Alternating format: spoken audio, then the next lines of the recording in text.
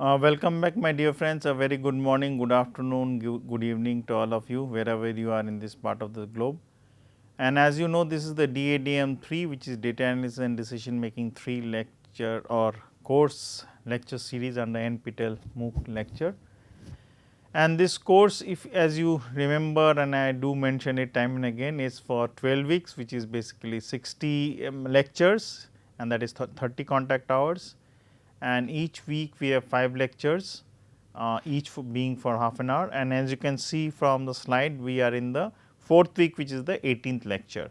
So, you already taken 3 assignments, because after each 5 lecture, which is for 1 week, you take 1 assignment, and then after the 20th lecture you will take the 4th assignment, and then in totality you will basically have, as logic says, 12 lectures, and at the end of the course you will basically have the question paper final examination. And my good name is Raghunandan Sengupta from the IME department at IIT Kanpur. So, if you remember that we are discussing the simplex method, we are going a little bit slow in order to make you understand the basic solutions, the basic feasible solution, basic infeasible solution, and from where to start, in which direction to move. So, those are conceptually I am trying to clear it time and again.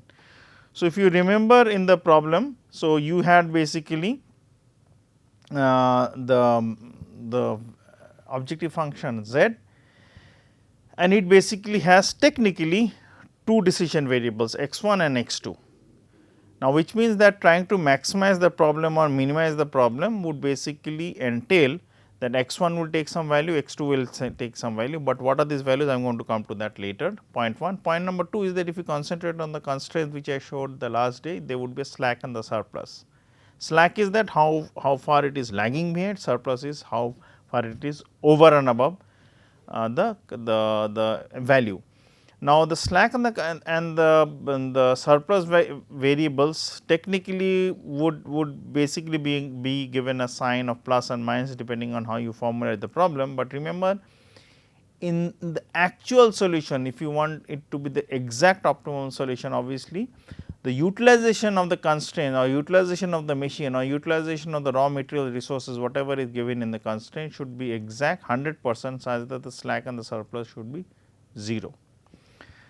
Now, when you so in this problem, if you have the slack and the surpluses are basically given by S1 and S2, technically if you formulate the problem when you start off, there your objective function will be 3x1. So, you are taking it on the right hand side. So, as you basically optimize, you will get the value. This is just a nomenclature. So, technically x1 is the first decision variable, x2 is the second decision variable, the slack and the surpluses are given as S1 and S2. So, in the objective function you will basically have actually the parameter weightages. So, this 3 and 2 which is for x1 and x2 are the per unit additional value which you will get by increasing x1 by 1 unit and x2 by 1 unit. So, it is 3 and 2. Now, similarly, if we see the parameter values or the number amount which will be added on and subtracted by increasing or decreasing S1 and S2 would be 0. So, the actual problem will be, so leave aside these minuses because they are coming from the right hand side. So, it is 3x1 plus 2x2 plus 0 S1 plus 0 S2. So, in case S1 and S2 are not 0, then obviously they will be coming into the formulations accordingly, but obviously 0 value being there, their overall effect in the objective function is 0. Now, come back to the constraint. So, now how you write the tableau, this is exactly the Gauss-Jordan method you are doing. So, your parameter value for z is 1, minus 3 is for the case for x1, minus 2 is for basically x2, 0 is for s1 and 0 is for s2. Now, when you are kick starting the whole process, you will technically consider that 0 0, which is the origin, is a basic feasible solution, feasible, mark this word, basic feasible solution from where you can start off your iteration process. So, at that point x1 and x2 basically are 0. So, if they are 0, obviously S1 and S2 would have some value, that does not matter, but the real fact remains that as z is a function of S1 and S2 only, hence the objective function at the origin value is 0. Hence, the solution as you see here, where I am hovering my this electronic pen is 0. So, I will just mark it with a different color, let it be. So, this is 0. Now, come back to the constraints. So, if you see the constraints, in the constraints z is not there. So, obviously, I will not mark it. So, the parameter value for z is 0. Now, if you see the first constraint, the unit value for x 1 is 2. So, this is 2 here for x 1, unit value for S 1 is 1. So, it is 1 here. Now, the slack and the surpluses which you are adding there or subtracting, whichever you are looking at, for the first equation it will be S 1. So, S 1 comes with a parameter value or multiplication value of 1, and while S 2 corresponding to the first constraint is 0, hence it is 0, and on the right hand side you have basically 8, because that was 8 was the number of hours which you are utilizing for machine 1. Now, so I am not going to come to these leftmost column. Now, consider the second constraint also does not have any z. So, this value is 0. Second constraint has a value of 1 for x 1. So, this is 1. Second constraint has a value of 3 for x 2, hence 3, that means the 3 units of consumption of number of hours for x 2 being produced. Similarly, 1 hour being consumed for x 1. Now, for the second constraint S 1, which is the corresponding slack surplus, I will be utilizing this word slack surplus in the same way, but obviously with the signs being denoted that slack is what is lagging behind, surplus is what you are extra. So, the parameter value for S 1 is 0, parameter value for S 2 is now 1, because S 2 is the corresponding slack surplus for the second constraint. So, what is there on the right hand side? Right hand is again 8. So, now if I equate the problem, the equality sign is there is no more less than sign, greater than sign. So, the actual equation is 0 z 1, obviously that is a nomenclature value how you basically denote, it is 2 x 1 plus x 2 plus 0 s 1 s 1 plus 0 s 2 is equal to 8. So, in the problem, if there is no SARC or surplus, everything has been utilized, in that case the value for S 1 would basically be 0. Hence, some value of x 1 whatever you are producing, 2 into x 1 plus 1 into x 2 would be exactly equal to 8.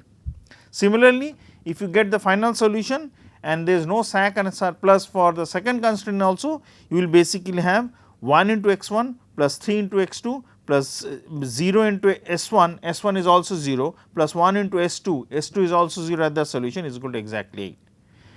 Now, you have to basically decide that, okay, another point. So, now where you basically start off your iteration process. So, iteration process, remember our main aim is this. So, this matrix if you see is basically the value of A, the x values which you will have. So, A x is equal to B, x values which you have now is x 1 is technically, x 1 is the variable denotion, not x 1 what is written there, that is not the decision variable. The first cell in that x vector is S 1, second cell in the vector capital X is S 2. Now, why it is S 1 and S 2? Because when you start the solution, I am considering, as I mentioned, I am considering the basic feasible solution to start off is the origin.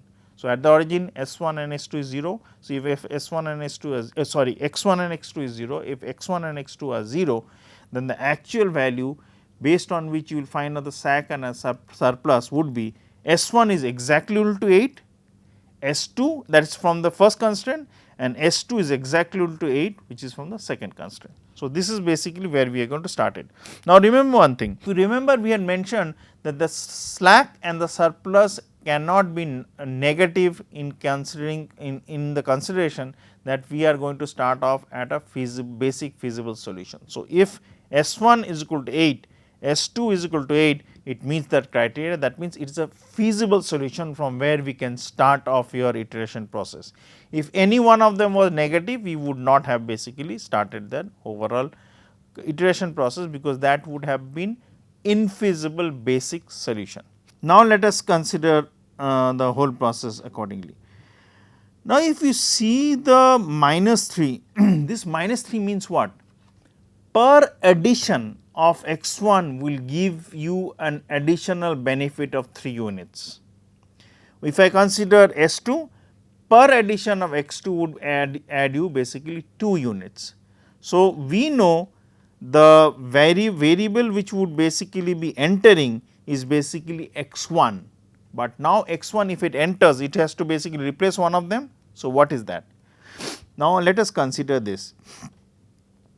If I consider the entering optimality condition would basically be for x 1. So, now if I am going to consider the exiting one, it will be based on a ratio. Why the ratio? Check here, this 2 is the per unit time consumed for making 1 unit of x 1. This one is the per unit for machine 1.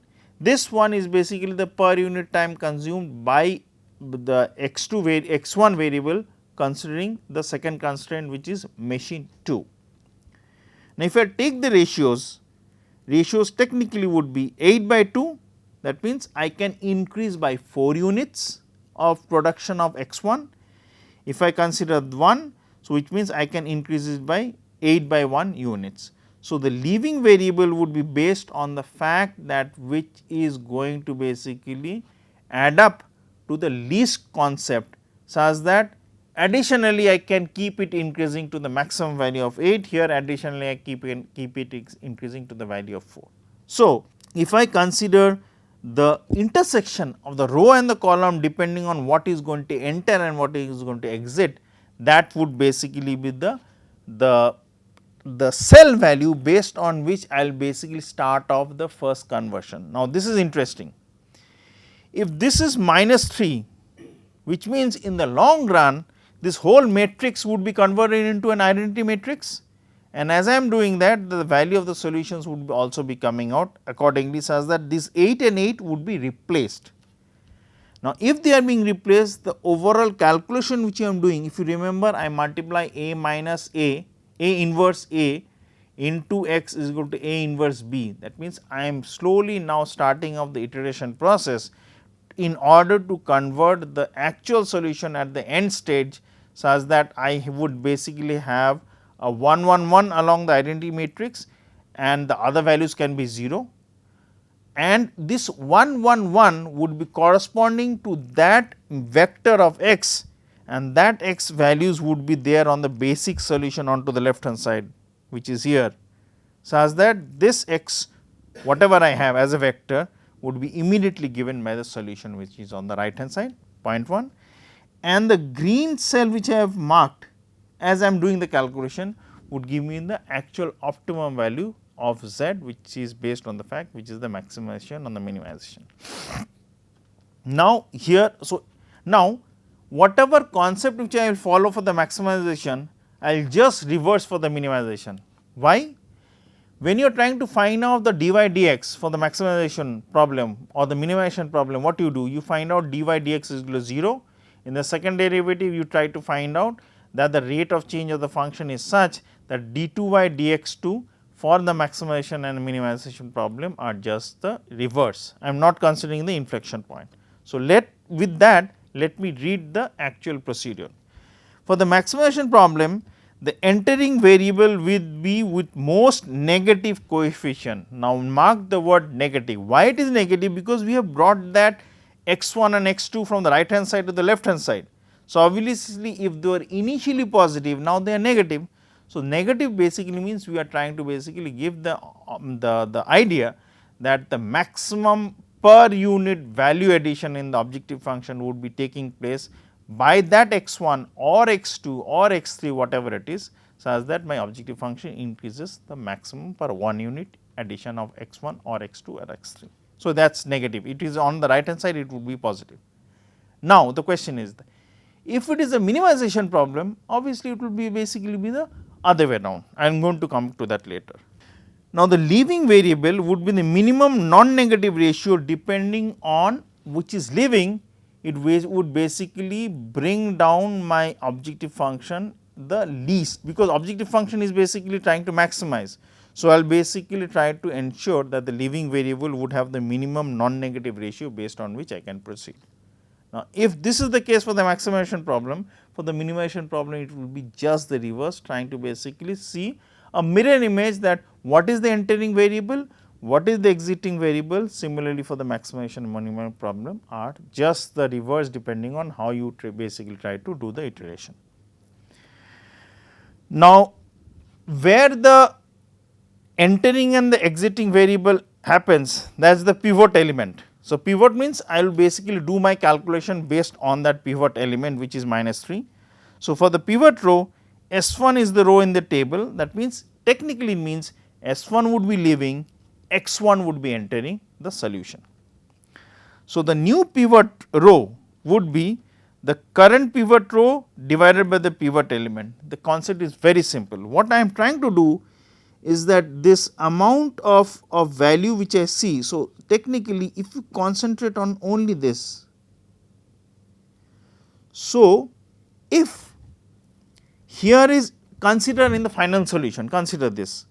So, if S2 is here, I am just thinking about hypothetical example. If S2 is here and X1 is here, technically it means this S2 would be given by the value which is on the right hand side, and if this is X1, the value would be given by the right hand side, which means that if S2 and X1 is there, the rest of the values of S1 and X2 would not be there, which technically means if S2 is here, the value here would be 0 because X1 is not there. Value of X2 here is also 0, value here for S1 would be 0 and S2 would be 1, and the corresponding value onto the right hand side is the actual value of S2, because 1 into S2 would be given by this value on the right hand side. Similarly, if I consider X1, the X1 value would be given by X1 is 1, X2 value here it will be 0, S1 value would be 0, S2 value would be 0. So, the value here would basically be given by what is the actual value of X1.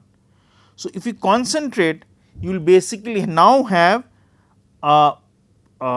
0, 1 values only corresponding to, I am again repeat it, 0 here, 0 here, 0 here, 1 here. So, that means 1 in this place. Similarly, if it is X1, it would basically be 1 here, 0 here, 0 here, 0 here, and the actual value of X1 would be here. Now, as you are doing it, this value which was 0, which also change, the final value would basically be given by the maximum value of Z. So, our aim is to basically pivot it accordingly such that the convex combination which we ensure in the Gauss-Jordan method are the pivot element will slowly be converted into 1 and the rest element would be ensuring that they give you the exact value of the basic solution based on which you are going to proceed. Now, as you convert this value into 1 depending on which is entering, and obviously the corresponding pivot elements will be converted such that at the end of the day they would basically give you that variable or that parameter which will ensure that multiplying X1 on X2 by that parameter would ensure the exact value which is there on the right hand side. So, this is exactly what I am going to do it. So, if you remember the Gauss-Jordan method, I am trying to again convert, again I am repeating, convert A into an I, and as I am doing it on the right hand side, B gets converted to A inverse into B. Now, consider that X1 has entered. So, if X1 has entered and S1 has left, so here S1 gets replaced, S1 gets replaced by S1, X1, S2 remains, and the values which were there on the top diagonal are exactly the same, Z, X1, X2, S1, S2. And as I do that, look at here carefully after the pivots, the solution is now for 1 unit of utilization of the or the additional of x1 and removal s1 has s1 has increased your objective function from the value of 0 to 12, which means that I am moving from one of the basic solutions which was the origin to a point which has the coordinates as this. What are the coordinates? X1 has a coordinate of 4, x2 has a coordinate of 0 because x2 is not there, S1 has a coordinate of 0 and S2 has a coordinate of 4. That means, I would be at a point for which it is 4 0 0 4 and point 1. The utilization are going to happen in such a way that they would be utilization of x1 and a slack and surplus would be there accordingly based on which how S1 and S2 are happening. Now, obviously, it will depend what is the entering, what is the existing one. I consider the ratios would be such that again I follow the same procedure as it has been given. That means, maximization problem, I am sorry I went back to this slide. Maximization would mean the entering variable with the most negative coefficient, that means depending on the excess, and the leaving would be the minimum non-negative ratios. So, if I follow this, most non-negative would is basically x2. So, x2 will now be a contender to enter the system, and the one which will basically be going up, sorry, this cell would have been here. So, which is going to leave the system is S2, which is the slack. Now, a question, I will come to the third tableau later on. Now, you may be thinking that what if the ratios when I take the minimum ratios and I try to find out the pivot element if both of them are same.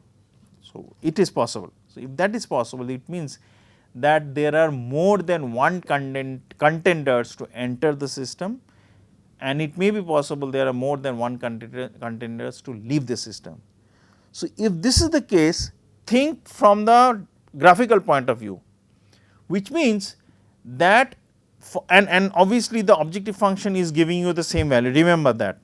So, if that is the case, which means that they are multiple points for the same objective function to have the same answer, which means that the unique solution concept is not there, which also means that you are moving along the edges and two of the corner points are giving you the same answer, but the interesting fact is that the corner points have different coordinates.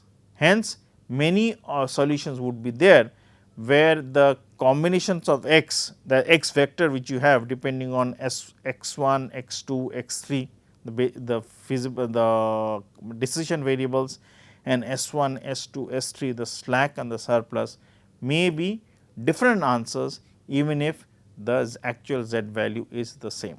I will come to that later on, not now.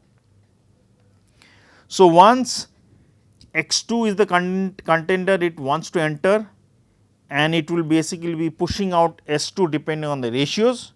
So, once I do again so obviously in this step half this 5 by 2 would basically be the contender or the pivot element. I do the calculation, convert that into 1. Now, see one interesting fact, the moment in the initial part when moment x1 had been the contender and entered, the ratio or the value for x1 and x1 is 1. That means, slowly I am converting that particular column into an identity one of the columns as per the identity matrix or the value of I, and the corresponding value on the other cell is 0. So, technically if S2 comes and x2 comes and S2 goes, so at the end of the day one would remain continuing here, another one would come here, and the corresponding values which will have this and this would be 0. Which means x1 this is 1.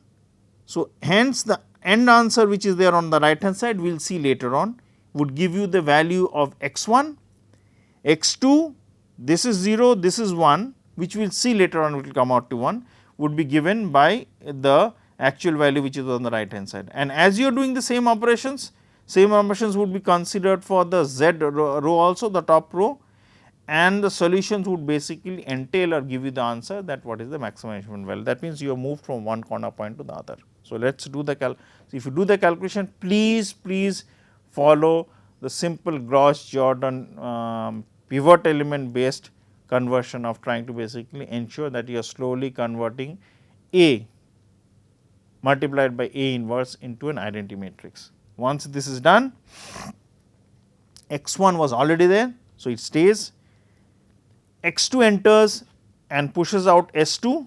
So, now the basic solution is you have moved from one corner point where the actual solution, if you do the calculation, x1 is 16 by 5, x2 is 8 by 5, S1 is 0, S2 is 0. That means, we have now moved from the initial corner point which was 4 0 0 4, which was in this solution with a solution of 12, to the case when it is now 16 by 5, 8 by 5, 0 0, and the objective function has changed from 12 to 128 by 10, which is 12.8. Now, remember a very interesting fact. When you find out the answer, so okay, now whether you should proceed further, that is also the question. So, now ask the question whether there are any contenders for the exiting variables or entering variables. That means, the most negative one would be there. So, now if you consider the values which you have in the basic solution, it is basically giving you the value of z is 128 by 10, and the slack and the surplus corresponding to that are such that if you find out the variable values of z based on the fact and what is x1 and x2, and you put them in the original equation, there the parameters values based on which you are trying to find out S1 and S2 are technically 0. So, it will be 0 into 14 by 10 plus 0 into 1 by 5. So, the end result is 0, and the actual value which you would have is basically x1, which is 16 by 5 into the amount which is going to come out for each and every additional value of x1 plus 8 into 5 multiplied the additional value which will come out for adding 1 of x2, and the value is 12.8. Now, check here, if you put in the constraint. So, in the constraints, so there are two constraints with the value was 8. If you put it back, the actual values which you would have is, yes. So, this was basically 2 and 1. So, if I go back to this, if I consider this value of 2 into 1, the utilization would be 2 into 16 by 5 plus 1 into 8 by 5, that if it is exactly 8, which means that total utilization is there for machine 1. Similarly, for the second constraint, it will be 1 and 3. So, it will be 1 into 16 by 5 plus 3 into 8 by 5, it is exactly equal to 8, that means total utilization of machine 2. If not, obviously, the slack and the surplus would be there. Now, if I consider that whether you want to move, I have already pointed out there is no negative values, that means there would be no entering one, and obviously there is no exiting one, which means that we have reached the optimal value based on which you can say the objective function has reached its maximum value, but it may be possible some of the slack and the surplus may not be 0. So, with this I will end this lecture and continue discussing more details in the 19th lecture. Have a nice day and thank you very much.